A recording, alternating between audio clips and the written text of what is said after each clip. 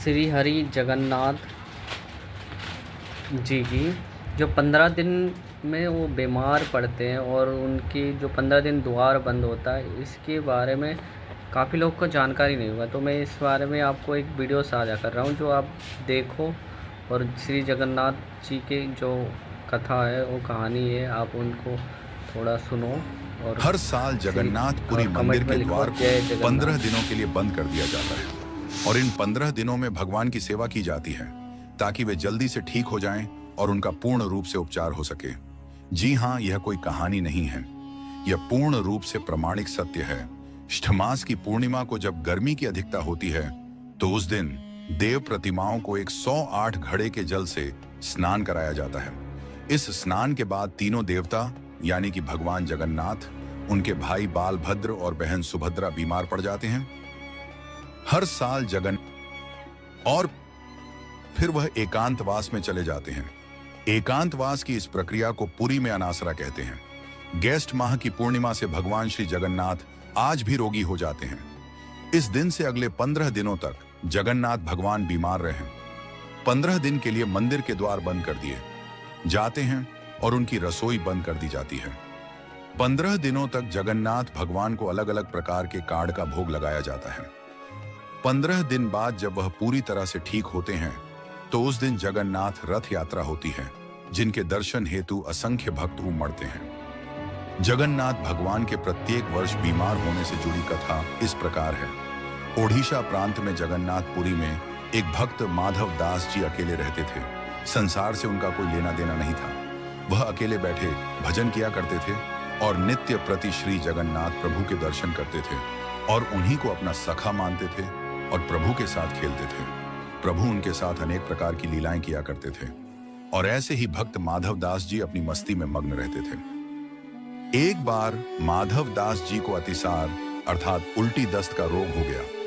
वह इतने दुर्बल हो गए कि उठ बैठ तक नहीं सकते थे। जब तक उनसे बना वे अपना कार्य स्वयं करते रहे और किसी से सहायता नहीं मांगी, और अगर कोई उनके सहायता करने के लिए कहता तो वह कहते थे कि मेरी रक्षा मेरे प्रभु जगन्नाथ करेंगे।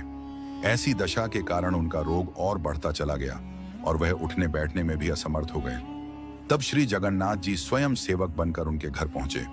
अपने प्रिय भक्तों के लिए प्रभु क्या क्या नहीं करते, क्योंकि माधव दास जी का रोग इतना बढ़ गया था कि उन्हें पता भी नहीं चलता था कि कब वह मलमूत्र त्याग देते थे, जिससे उनके वस्त्र और शरीर खराब हो जाते थे और उनके शरीर से दुर्गंध आने लगती थी। उन वस्त्रों को भगवान श्री जगन्नाथ जी अपने हाथों से साफ करते थे और उनके पूरे शरीर को साफ और स्वच्छ करते थे।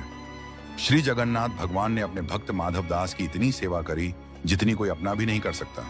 जब माधव दास जी को होश आया तब उन्होंने तत्काल पहचान लिया कि यह तो मेरे प्रभु ही है।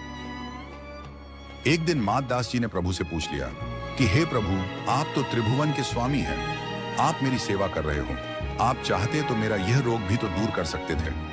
रोग दूर कर देते तो यह सेवा ही नहीं करनी पड़ती। इस पर ठाकुर जी ने कहा कि प्रिय माधव, मुझसे भक्तों का कष्ट नहीं सहा जाता। इसी कारण तुम्हारी सेवा मैंने स्वयं की जो भाग्य में होता है उसे तो भोगना ही पड़ता है। अगर आप उसको काटोगे नहीं तो इस जन्म में नहीं, और उसको भोगने के लिए फिर अगला जन्म लेना पड़ेगा।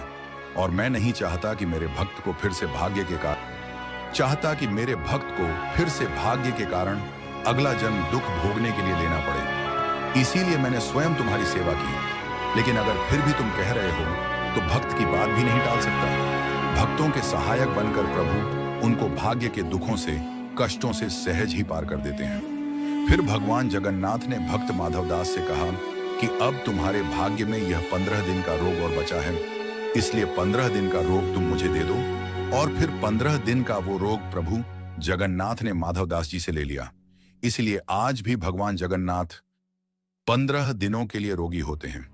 भक्तों के प्रेम के चलते आज भी वर्ष में एक बार भगवान जगन्नाथ को स्नान कराया जाता है, जिसे स्नान यात्रा कहते हैं। स्नान यात्रा करने के बाद हर साल 15 दिन के लिए भगवान जगन्नाथ आज भी बीमार पड़ते हैं और उन 15 दिनों के लिए मंदिर बंद कर दिया जाता है। कभी भी बंद ना होने वाली भगवान जगन्नाथ की रसोई इन 15 दिनों के लिए बंद कर दी जाती। इन 15 दिनों में भगवान को 5 भोग नहीं खिलाया जाता। उसकी जगह इन 15 दिनों भगवान को कारों का भोग लगाया जाता है। भगवान को आयुर्वेदिक जड़ी बूटियों का भी भोग लगाया जाता है। जगन्नाथ धाम मंदिर में तो भगवान की बीमारी की जांच करने के लिए हर दिन वैद्य भी आते हैं। काढ़े के अलावा भगवान जगन्नाथ को फलों का रस भी दिया जाता है। वहीं रोज शीतल लेप भी लगा जाता है। बीमारी के दौरान उन्हें फलों का रस, छेना का भोग लगाया जाता है और रात में सोने से पहले मीठा दूध अर्पित किया जाता है। भगवान जगन्नाथ के आराम के लिए 15 दिन तक मंदिरों के द्वार भी बंद कर दिए जाते हैं और उनकी सेवा की जाती है ताकि वे जल्दी ठीक हो जाएं। जिस दिन वे पूरी तरह से ठीक होते हैं उस दिन जगन्नाथ यात्रा निकलती है, जिसके दर्शन हेतु असंख्य भक्त उमड़ हैं। पुरी की रथ यात्रा, जिसे रथ यात्रा के नाम से भी जाना जाता है, सबसे पुराने और सबसे बड़े हिंदू रथ उत्सव के रूप में प्रसिद्ध है। ये उत्सव हर साल आषाढ़ मास, जो कि जून जुलाई महीने में होता है, कि चंद्र महीने के शुक्ल पक्ष के दौरान मनाया जाता है।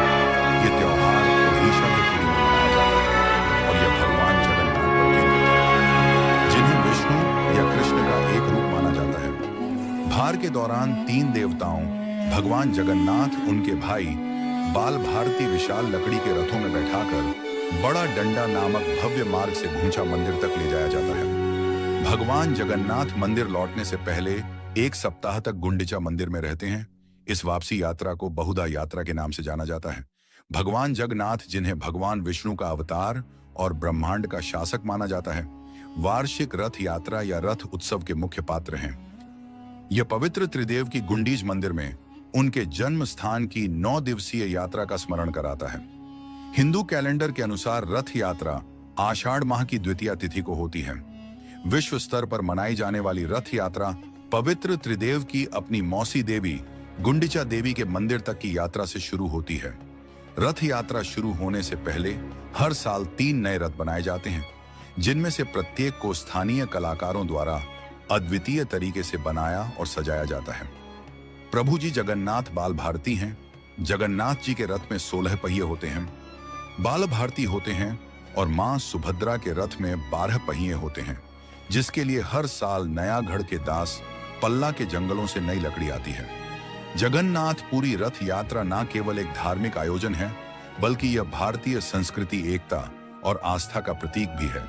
यह पर्व हमें यह सिखाता है कि जीवन में कठिनाइयों और चुनौतियों के बावजूद आस्था और भक्ति के साथ आगे बढ़ना चाहिए। इस यात्रा के माध्यम से भगवान जगन्नाथ बाल भारती हैं। जगन्नाथ पुरी रथ यात्रा हमें हमारे सांस्कृतिक और धार्मिक धरोहरों की महानता का अनुभव कराती है और हमें यह स्मरण कराती है कि हमारे जीवन में धर्म और आस्था का कितना महत्वपूर्ण स्थान है।